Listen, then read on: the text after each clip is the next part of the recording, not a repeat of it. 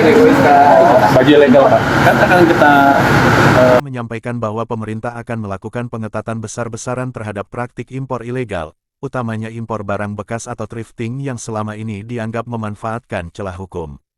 Dia menegaskan, nanti barangnya dimusnahkan, orangnya didenda, dipenjara juga dan akan di-blacklist. Yang terlibat itu saya akan larang impor seumur hidup. Langkah ini dimaksudkan untuk memberi efek jera yang jauh lebih kuat dibanding kondisi sebelumnya.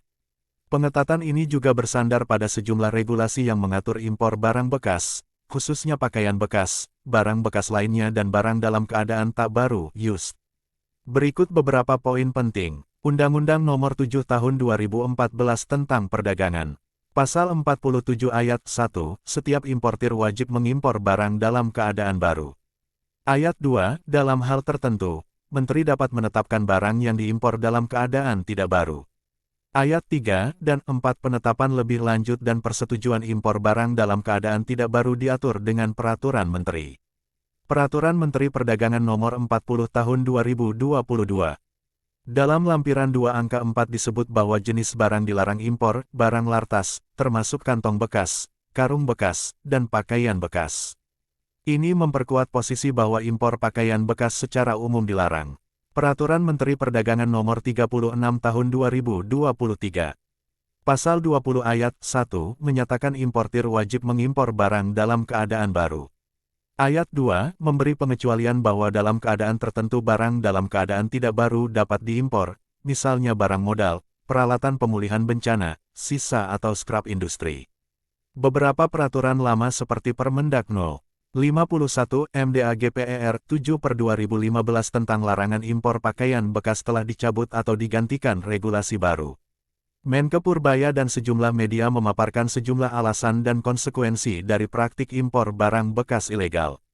Praktik impor pakaian bekas atau barang bekas seringkali merugikan industri tekstil dalam negeri, karena barang impor bekas bisa dijual sangat murah dan menggerus daya saing produk lokal. Ada risiko kesehatan dan lingkungan, pakaian bekas yang belum disterilisasi bisa membawa bakteri, jamur, atau bahan yang tak layak pakai.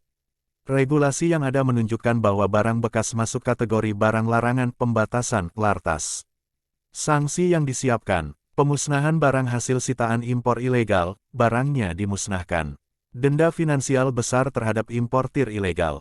Ancaman pidana penjara terhadap pelaku impor barang bekas ilegal. Blacklist larangan seumur hidup bagi pelaku impor ilegal agar tak bisa beroperasi lagi, akan di-blacklist, larang impor seumur hidup. Purbaya menegaskan bahwa fokus tidak semata pada pedagang di pasar retail, tetapi terutama pada sumber pasokan, pelabuhan dan titik masuk barang impor. Dalam wawancara beliau menyampaikan bahwa, saya nggak akan ke pasarnya, saya cuma di pelabuhan aja nanti otomatis. Pemerintah melalui Direktorat Jenderal Bea dan Cukai (DJBC) akan memperkuat pengawasan di pelabuhan, memblokir masuknya barang-barang ilegal. Pemerintah sedang memetakan nama-nama importir ilegal untuk dilakukan blacklist. Pengetatan kebijakan ini tentu berdampak luas.